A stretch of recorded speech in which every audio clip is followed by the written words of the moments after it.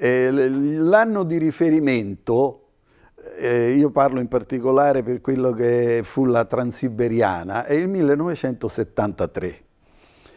L'Alitalia aveva preparato, si era organizzata per poter fare questo collegamento, sposando la politica di evitare le rotte tradizionali, specialmente verso l'estremo oriente, e per estremo oriente intendo Tokyo soprattutto, e la rotta tradizionale era quella che passava via uno scalo storico dell'Alitalia che era Bangkok. Io infatti appena nei primi anni, il primo anno di Alitalia, avevo già operato su Tokyo, ma ero dislocato, c'erano ben 5 equipaggi dislocati a Bangkok, che poi da Bangkok partivano parte verso Tokyo e contemporaneamente gli altri equipaggi, che poi erano gli stessi che si alternavano, verso l'Australia, Sydney e Melbourne. La scelta di operare invece su Tokyo, su una nuova rotta, fu determinata anche dall'entrata in linea del DC-862. Io, come dicevo prima, avevo già operato su Tokyo come navigatore, addirittura terzo pilota ufficiale di rotta, e con il DC-843, che aveva delle limitazioni, specialmente per quello che riguardava l'autonomia. Aveva i motori Rolls-Royce che consumavano abbastanza e certe volte per andare in Australia eravamo costretti a fare uno scalo tecnico nel nord-ovest dell'Australia.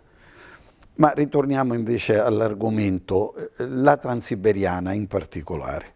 Quindi il DC-862 come macchina, la esigenza di operare con un volo più diretto e un'esigenza commerciale, cioè un'apertura relativa che l'Unione Sovietica, perché all'epoca, io parlo del 1973, quindi quasi mezzo secolo fa, e consentì all'Alitalia di prendere degli accordi. Fu una cosa un po' complicata, ma si riuscì alla fine a organizzare questo volo. Per quello che riguarda le immediate conoscenze dal punto di vista operativo, l'Alitalia si appoggiò alla SAS, che già prima di noi aveva aperto quella linea. E stringendo i tempi, diciamo, della cosa, il comandante Germano Versari, vice capopilota del DC-862, fu inviato a Mosca e tramite la SAS fece una ricognizione operativa. Questa ricognizione operativa si tradusse naturalmente in documenti cartacei, soprattutto all'epoca era il cartaceo che dominava, che vennero diramati a quelli che potevano essere gli interessati, cioè comandanti di provata esperienza sul lungo raggio e primi ufficiali con una certa esperienza anche dal punto di vista dei voli lungo raggio verso l'estremo oriente. Quindi la cosa prese l'avvio dal punto di vista proprio operativo con il volo del 2 novembre del 1973. Volo operato da DC-862 e operato con una rotta che iniziava a Roma, faceva un primo scalo a Francoforte e arrivava quindi a Mosca. L'equipaggio che avrebbe fatto la Transiberiana era stato dislocato già in precedenza a Mosca e da lì decollammo nel pomeriggio, il 2 novembre 1973, ora di Mosca e quasi sera a Roma, c'è una differenza di fuso orario di 3 ore, e poi dipende anche dalla stagione, verso Tokyo. Il volo inaugurale che prevedeva a bordo moltissimi invitati dell'Alitalia che si sarebbero poi ritrovati si parla di un paio di migliaia di persone, non naturalmente sul nostro volo, che abbiamo ritrovato a Tokyo, all'hotel Imperial, per un grandissimo ricevimento che è stato dato dall'Alitalia. E durante il volo naturalmente c'erano anche gli inviati, ricordo un giovane Bruno Vespa in cabina di pilotaggio, fu ammesso in cabina di pilotaggio, che mi chiedeva della rotta e io gli indicavo più o meno il percorso che stavamo seguendo. Il capo di Stato Maggiore dell'Aeronautica dell'epoca, di cui non ricordo il nome, ma moltissime autorità facevano parte di questo volo inaugurale. Il 1862, a parte le questioni che riguardava l'autonomia e le possibilità di carico, aveva anche la particolarità di avere a bordo le piattaforme inerziali, le prime piattaforme carousel, che consentivano di poter essere svincolati dai radioaiuti a terra. E questa, specialmente su quella rotta, fu una cosa molto importante, perché lungo il tragitto della Transiberiana l'Unione Sovietica dell'epoca operava con dei radiofari con lunghezza d'onda piuttosto lunga, fra l'altro, quindi frequenze non proprio più adeguate per avere una navigazione corretta, e dislocati pure a notevole distanza uno dall'altro. Un'altra difficoltà che si incontrava dal punto di vista, si poteva incontrare dal punto di vista operativo, era la possibilità di comunicazione con gli enti di controllo. E a parte l'aeroporto di Sheremetyevo, dal quale noi operavamo, e tuttora in funzione a Mosca, e lungo la rotta i centri di controllo, i controllori di volo dei centri di controllo normalmente non parlavano in inglese. Quindi le nostre comunicazioni erano dirette a una traduttrice, perché normalmente erano delle donne, che ricevevano il nostro messaggio e lo traducevano in russo al collega, cioè al loro collega del centro di controllo, dal quale ricevevano la clearance in russo che loro ritraducevano in inglese e trasmettevano a noi.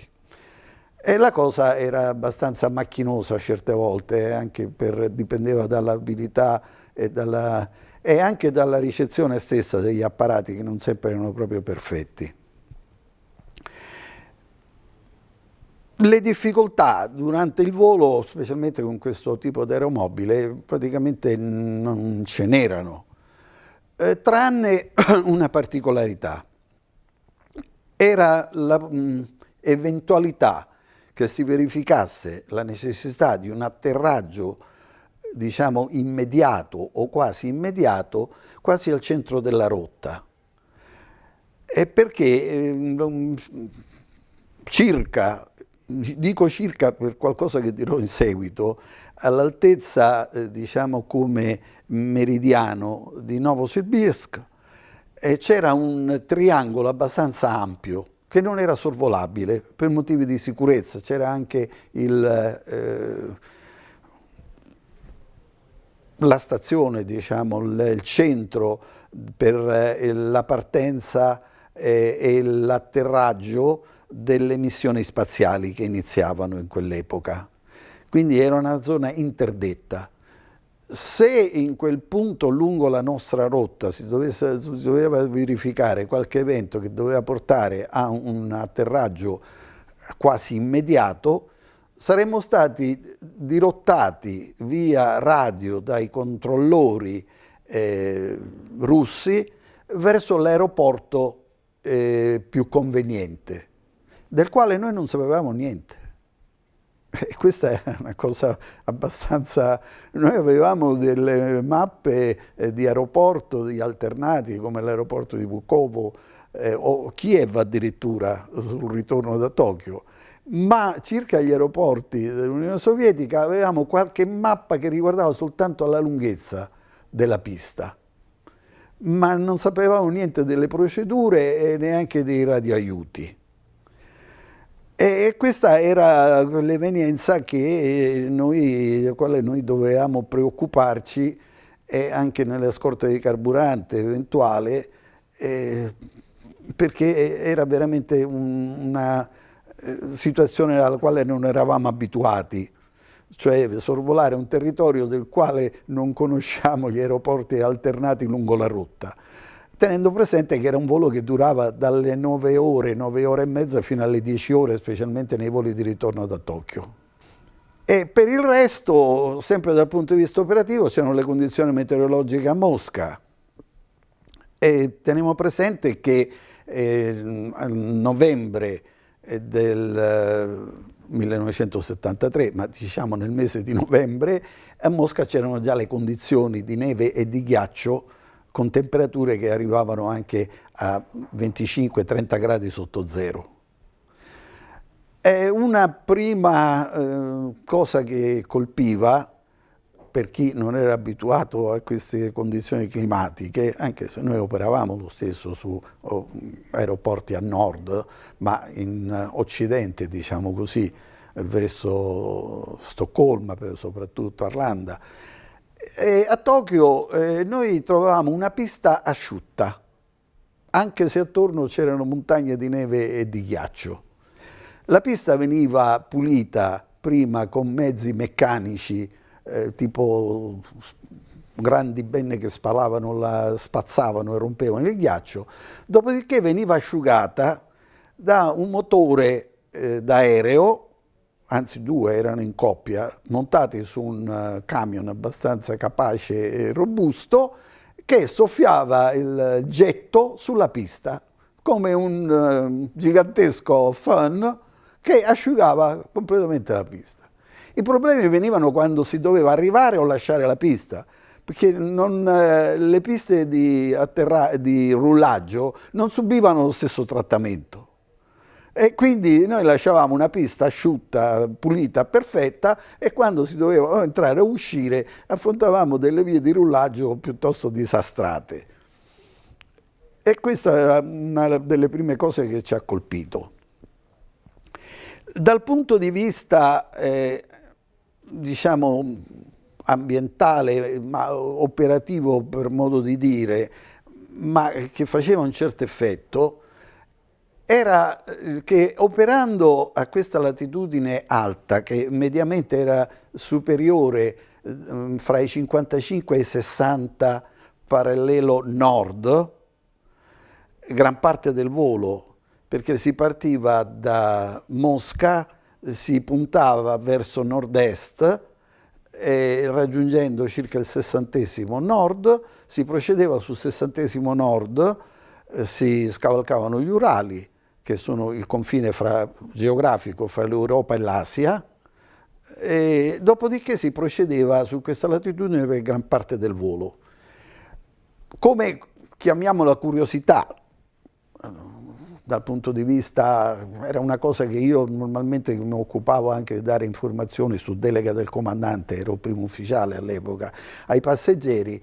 È una cosa notevole è che a quella latitudine la velocità delle aeromobili, che era sui 800-850 km, poi dipendeva dal vento rispetto al suolo, si sommava alla velocità di rotazione della Terra, che sul 40° nord è esattamente 830, esattamente, con una certa approssimazione, 830 km orari. Quindi sommata alla velocità dell'aereo, perché procedevamo in senso inverso, la Terra ruota da est verso ovest e viceversa noi altri, e dava la sensazione di volare a una velocità doppia per un osservatore che si trova per aria rispetto al suolo. E in pratica questo si traduceva in tramonti e albe che si succedevano in tempi molto ridotti rispetto a quelli ai quali noi eravamo abituati. E quindi si partiva da Mosca verso l'ora locale, le 21, le 18:50 più 2 ore rispetto a Greenwich, o 3 ore, dipendeva anche dalla stagione, con l'ora legale, e dopodiché dopo 3 ore c'era già l'alba. E poi veniva un tramonto e poi arrivavamo a Tokyo nel primo pomeriggio, Quindi era una sensazione un po' particolare, specialmente per chi non riposava come i passeggeri, ma stava in cabina di pilotaggio e volando verso est, vedere sorgere e tramontare no perché era alle nostre spalle, ma farsi buio con questi tempi così ridotti. E di altro si volava quasi sempre al di sopra delle nubi, caratteristica questa che già anch'io e gli equipaggi che facevano questi voli conoscevano. Una caratteristica di volare alle alte latitudini è quella di avere tante volte degli strati uniformi bassi, per cui il suolo spesso non era visibile. Qualche volta si poteva anche osservare le aurore boreali da quelle latitudini. Anche quello era uno spettacolo veramente inusuale per molti passeggeri, ai quali si richiamava l'attenzione per osservare questo fenomeno, che è una cosa veramente che lascia stupiti. Ci si sente piccoli piccoli sull'aereo, vedendo questa coltrina come una tenda che dal basso, dal suolo quasi, arriva fino in alto nel cielo, di una tenda ondeggiante con queste tinte che vanno dal bianco al grigio al celestino e che cambiano continuamente di forma. Ma adesso io parlo, come dicevo, sempre di quasi mezzo secolo fa, quando anche il traffico di passeggeri, il turismo non era così esteso come adesso. Infatti anche dal punto di vista commerciale gran parte del traffico che noi avevamo era quello che riguardava uomini d'affari più che turisti, che si spostavano da Milano verso Tokyo, più che Mosca, da Francoforte verso Mosca e anche Tokyo. Dal punto di vista operativo non ricordo altre difficoltà o caratteristiche particolari del volo. Le piattaforme inerziali naturalmente ci aiutavano moltissimo, perché, come dicevo, fare affidamento su questi radiofari, che non erano radiofari VOR unidirezionali, ma vecchi radiofari, la navigazione sarebbe stata piuttosto imprecisa. Poi una navigazione imprecisa si traduce anche in aumento dei consumi se si va fuori rotta, perché i venti, anche le condizioni dei venti lungo la rotta non erano così precisi come possono essere oggigiorno. E quindi i piani di volo molte volte non potevano riportare condizioni attuali sull'andamento dei venti in alta quota. Si nota oltretutto, come per tutti i voli di andata e ritorno, eastbound e westbound, come i voli verso Tokyo erano di circa 30 minuti, 40 minuti inferiori ai voli viceversa da Tokyo verso Mosca. A questo punto c'è l'aspetto invece della novità. La novità che io posso sintetizzare dal punto di vista mio personale. Io sarei stato dislocato nell'autunno del 73 in sosta, come si diceva all'epoca, per gli equipaggi che per motivi operativi legati all'autonomia degli aeromobili venivano dislocati in località da quali poi si spostava su altri scali che interessavano i continenti lontani. Dicevo, sarei stato dislocato a Buenos Aires per poi poter operare su Montevideo, che praticamente si tratta di scavalcare il Rio della Plata, o andare a Santiago e ritornare a Buenos Aires. Quando mi fu comunicato, dice: guarda, abbiamo aperto la Transiberiana e tu sei il primo in lista per essere dislocato all'estero per circa 40 giorni, cosa vuoi fare? Dico: ma dislocato dove? A Mosca, ci vuoi andare? Ci vuoi andare di corsa? Io a Buenos Aires, io vado a Buenos Aires, a Mosca nel 1973 bisognava avere i visti, ci voleva parecchio tempo per avere il visto e poi qualcuno aveva delle remore di tipo diverso a voler essere dislocato a Mosca. Io ho dato subito la mia adesione. Per la curiosità che spinge, che ha spinto Ulisse ad andare verso le colonne d'Ercole, la curiosità di fare questa rotta, che io arrivavo a Tokyo, come dicevo, ma via Bangkok, Manila, Tokyo, o via Bangkok, Hong Kong, Tokyo, ma fare una Mosca-Tokyo di 10 ore per me era una cosa molto interessante dal punto di vista professionale. Si è rivelata una cosa molto interessante anche dal punto di vista diciamo, del curioso occidentale che si trova proiettato in un mondo che non conosce assolutamente o conosce attraverso la stampa, attraverso propagande più o meno distorte, oggi le chiamano fake news, all'epoca non si usava questo termine. E quindi ero veramente curioso di vedere cosa avrei trovato a Mosca.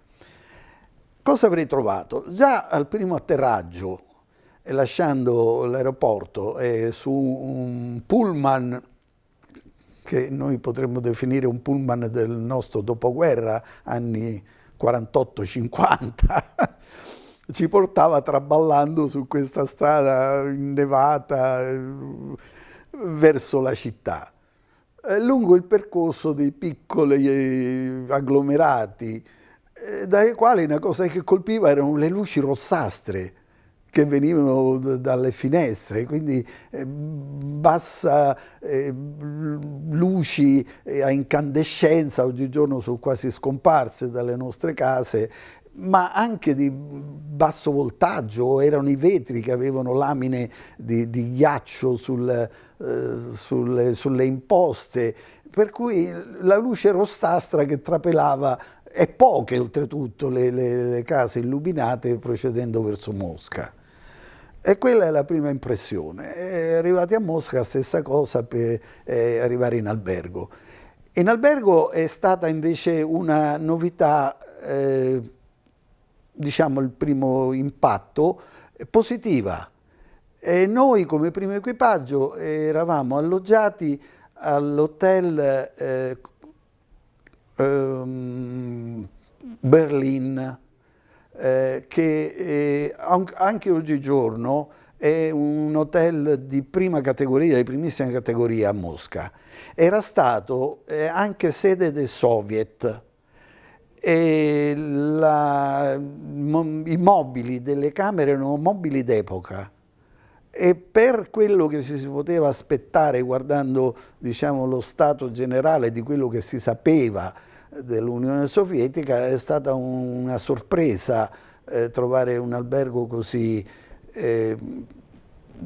ben addobbato, diciamo, equipaggiato. Nell'albergo al piano terra c'era anche la rappresentanza, l'ufficio della rappresentanza dell'Alitalia. Ufficio di rappresentanza gestita naturalmente dal rappresentante, del quale mi dispiace ma non ricordo il nome, non l'ho trovato nei miei appunti, ma che dirigeva un'equipe di impiegate, erano tutte donne tranne un fattorino. A capo della segreteria, ecco, questo nome lo ricordo bene, Lidia Kornieva, era la capa della segreteria. Delle altre due ricordo una Tamara, ma i cognomi non li ricordo. Parlavano tutte in italiano. Una delle segretarie parlava in italiano con accento inglese, perché aveva studiato prima l'inglese, che conosceva perfettamente, e quindi l'accento che riportava nell'italiano era quello dell'inglese. Poi dirò una battuta strana, parlando proprio con questa signora. Lidia Kornieva poteva essere anche una toscana, una fiorentina. Lei veniva spesso in Italia, poi ha detto, aveva fatto l'accompagnatrice turistica, eccetera. Nessun accento. Ho detto toscana o fiorentina, ma mi sono sbagliato perché i toscani e i fiorentini l'accento ce l'hanno. Lei era una perfetta, un linguaggio perfetto di italiano. Era una funzionaria del partito, molto severa, seria, efficiente, ci teneva molto a che tutto funzionasse bene. E naturalmente è accaduto che abbiamo dovuto fare un rilievo circa il comportamento che abbiamo riscontrato al ristorante, cosa che poi, ecco, questa è un'altra cosa di costume, anche in altri ristoranti accadeva che magari non ti servivano quello che era stato ordinato e al momento di pagare il conto trovai dei prezzi che non erano quelli pubblicati. Una volta che abbiamo fatto un rilievo di questo genere, c'era stato messo in conto il fatto che c'era un'orchestrina che suonava nel ristorante dell'albergo, si è veramente rimasta molto colpita e so che è intervenuta molto duramente su chi aveva preparato il conto nel quale era incluso questo items che non faceva parte, diciamo, della nostra cena. Questi sono quei particolari di costume di cui ho anticipato che avrei parlato. E visto che siamo in ambiente di ristorante, una nota negativa purtroppo era quella del cibo. E il cibo, c'era del pollo, della carne, si abbondava nella carne di maiale, si abbondava relativamente, ma comunque era sempre disponibile. Le famose globazze, cioè salsicce, che venivano servite con condimenti piuttosto piccanti, oltretutto. E come primo piatto quello più in voga era il borscht, cioè una zuppa di cavolo, non cavolfiore, proprio di cavolo, e condita con rape e cose del genere. E devo dire che insomma era accettabile. Per il resto c'era una specie di contorno, era una specie di pan di zucchero, solo che era costituito da formaggio, con anche là parecchio peperoncino, molto piccante pure quello. E non c'era da una grande scelta, certe volte si ordinavano delle cose che poi non venivano servite perché non erano disponibili. Noi avevamo un visto di tipo diplomatico, cioè non eravamo inquadrati in frotte come accadeva per i turisti, anche se erano scarsi normali, che praticamente uscivano dall'albergo già inquadrati, montavano su un pullman dell'Intourist e dovevano fare i giri previsti dall'Intourist. Noi potevamo girare anche liberamente. E la cosa che c'era stata raccomandata era di non farsi notare in nessun modo dalla polizia in borghese che sorvegliava fino a un certo punto, poi dirò perché, ma non farsi notare, perché se uno veniva notato per qualche atteggiamento particolare, anche fotografare qualche cosa che poteva riguardare, non so, una garitta in cui c'erano le guardie attorno al Cremlino, che poi non era distante dall'albergo, la Piazza Rossa, o cose di questo genere, potevi cadere nell'occhio di qualche funzionario, poliziotto, addetto alla sicurezza, e da quel punto era molto probabile che potevi essere anche pedinato. Stessa cosa dicasi per gli autisti dei taxi, che erano quasi tutti confidenti della polizia, detto così in termini generici, polizia. Tant'è che una volta che sono stato accompagnato da una delle impiegate della rappresentanza prendendo il taxi, per prima cosa ho notato che il taxi faceva un servizio cumulativo, cioè l'autista chiedeva le destinazioni, dopodiché sull'itinerario più lontano, se c'erano degli altri passeggeri che dovevano scendere prima, venivano ammessi a bordo, naturalmente compatibilmente con la disponibilità. E dopodiché, se veniva notato lo straniero, infatti mi era stato raccomandato non parlare in italiano, cerca di parlare il meno possibile, e lasciare anche una mancia all'autista per evitare, diciamo, di essere preso di mira per qualche motivo particolare. E questa cosa del sentirsi gli occhi addosso era l'unica cosa che, diciamo, specialmente all'inizio, noi siamo rimasti lì in sosta per circa 40 giorni e stavamo 5 giorni a Mosca, 5 giorni a Tokyo. Ma la cosa di questo controllo, arrivato a un certo punto, svaniva con l'abitudine, ma i primi tempi, anche da certi appunti che ho preso io, che forse poi potrò mostrare, rimarcava questa cosa qui particolare. E per il resto c'erano degli piccoli particolari che, come dicevo, la curiosità mia, ma anche degli altri membri dell'equipaggio mettevano in evidenza.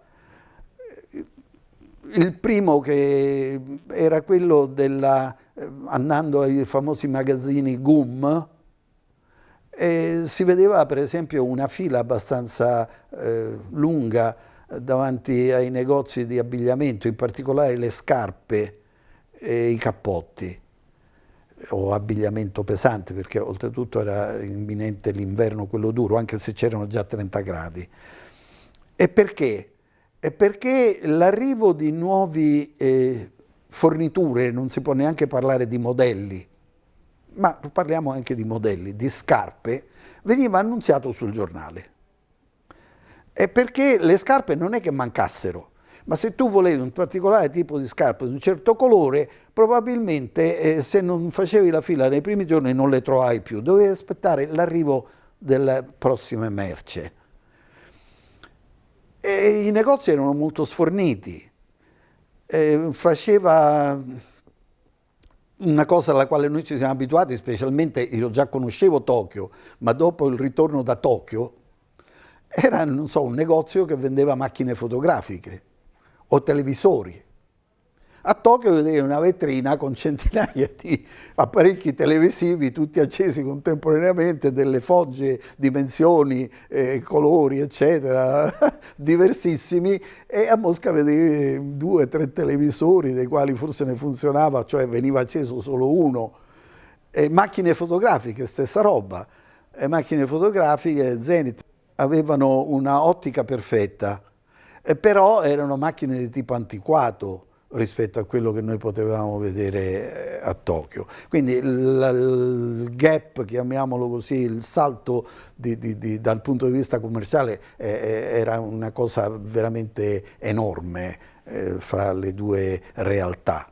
E ho parlato della grande differenza che si notava fra Mosca e Tokyo, dal punto di vista specialmente dal punto di vista commerciale, quello che si trovava nei negozi. Non so, un negozio che avevamo noi così di frutta e verdura, vedevi che c'erano dei cetrioli che venivano venduti a fettine, non al cetriolo intero, tanto per dire. E questo naturalmente si riscontrava pure, come ho già detto, in quello che poteva essere servito nei ristoranti. E passo a un ultimo argomento, quello di chi era residente a Mosca per periodi lunghi e che ci ha riferito.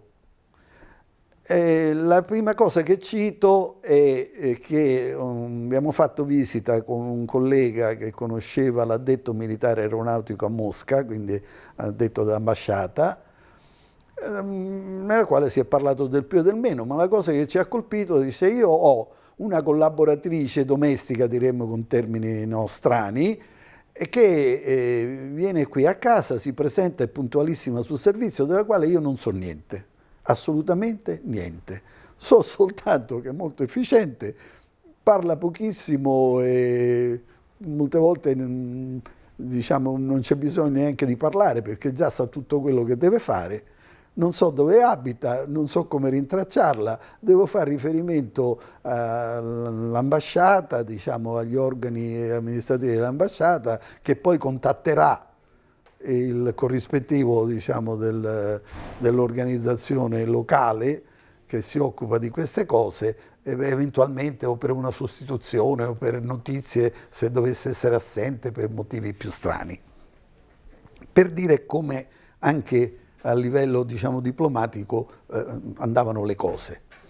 L'ultimo argomento del quale voglio parlare è che anche per sopperire a quello che era questa mancanza, specialmente dal punto di vista della possibilità di variare il cibo, era invalsa per iniziativa del nostro rappresentante l'abitudine che mi sembra il giovedì o a metà settimana, quando si ritornava da Tokyo, noi portavamo delle provviste che francamente devo dire non avevano nessuna difficoltà i controlli che avevamo piuttosto rigidi in aeroporto a far passare, e si organizzava una bella cena a casa del responsabile e del rappresentante, chiedo scusa. E si trovava dentro un compound recintato con sentinelle all'uscita e all'entrata, controlli. Noi andavamo in taxi a trovarlo per queste cene che si faceva. Chi trovavamo in queste cene? Trovavamo anche gli addetti stampa e i corrispondenti. Ricordo Piero Stellino, gli altri nomi mi sfuggono adesso. Una cosa particolare di queste cene, a parte che si facevano delle belle spaghettate, anche con la collaborazione dei nostri assistenti di volo che aiutavano in cucina la padrona di casa, e si parlava del più del meno, noi facevamo un sacco di domande. C'era un signore, a parte Piero Stellino, che per le sue idee, diciamo, di liberale, non poteva certo condividere l'andazzo delle cose lì nell'Unione Sovietica dell'epoca, ma c'era uno che chiamavano professore, che era un addetto commerciale, e che lui proprio criticava, dice: ma io glielo dico chiaramente che non hanno capito niente, ma siccome gli servo dal punto di vista commerciale, non mi cacciano via. Io certe volte sembra che faccio di tutto per farmi cacciare, ma tanto lo sanno come la penso. Devo dire, a norma, diciamo così, per una battuta, che anche le brave impiegate che avevamo alla rappresentanza, che erano le poche persone con le quali si poteva parlare, scherzando mi chiamavano il capitalista. Il capitalista.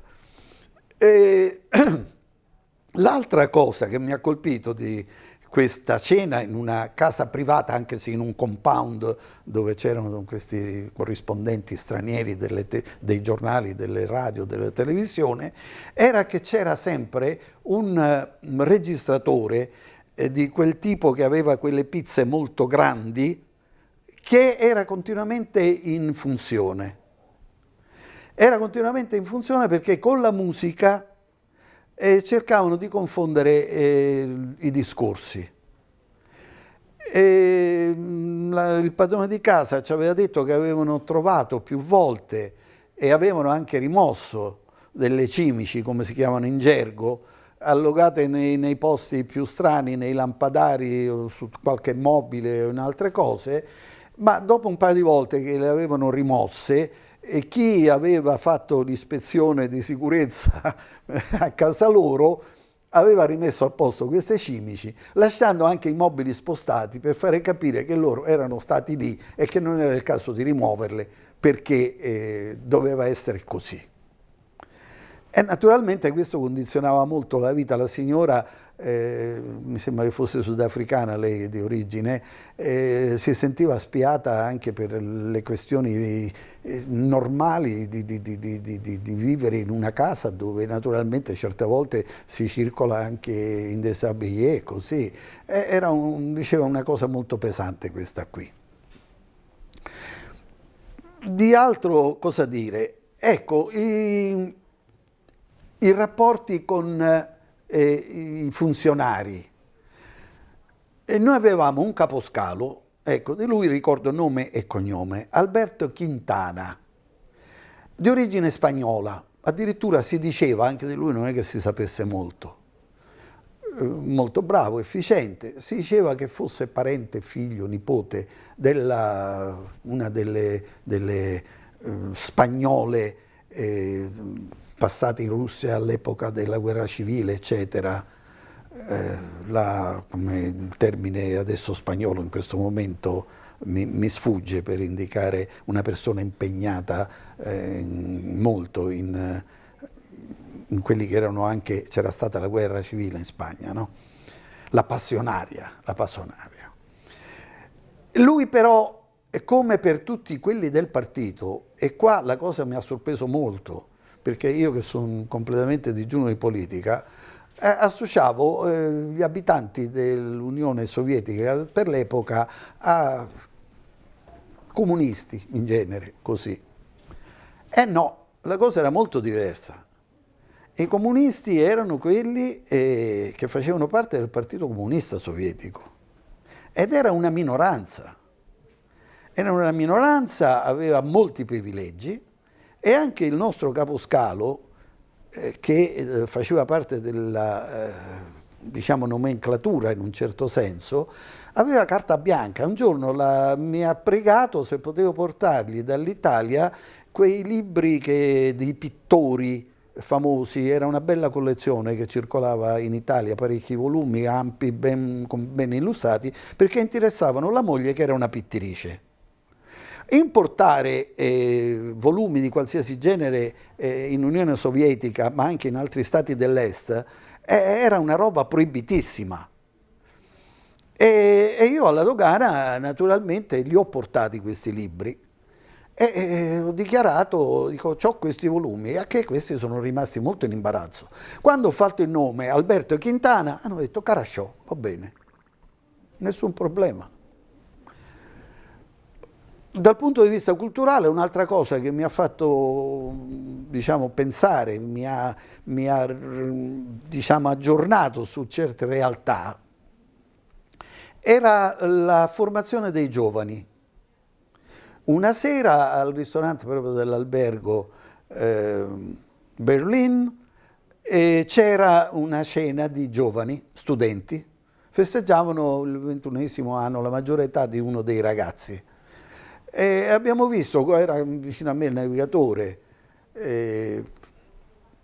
Giuseppe Laita, abbiamo visto due ragazze che giravano assieme, anzi mi ha fatto notare, guarda queste due ragazze che ballano fra di loro, non l'avessimo mai fatto, ci hanno prelevato, abbiamo dovuto ballare con loro e poi ci hanno portato al tavolo del festeggiato, che parlavano inglese perfetto, perfetto.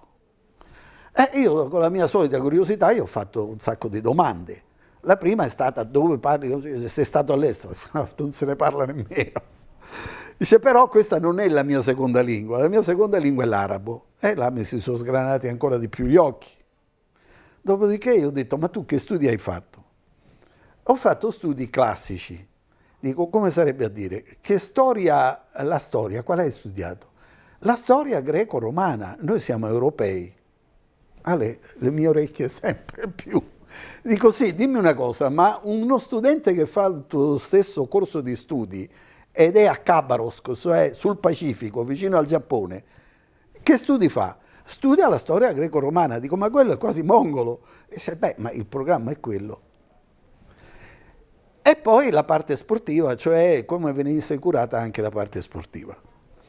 Io non sono mai stato un simpatizzante di certi sistemi totalitari, però da questo punto di vista ho dovuto fare dei ricollegamenti con quello che era stata l'Italia di parecchi anni prima e la cosa mi ha colpito favorevolmente.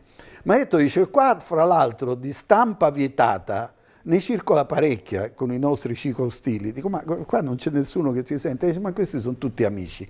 L'amicizia era una cosa fondamentale, perché chi non era di fiducia provata poteva essere un delatore.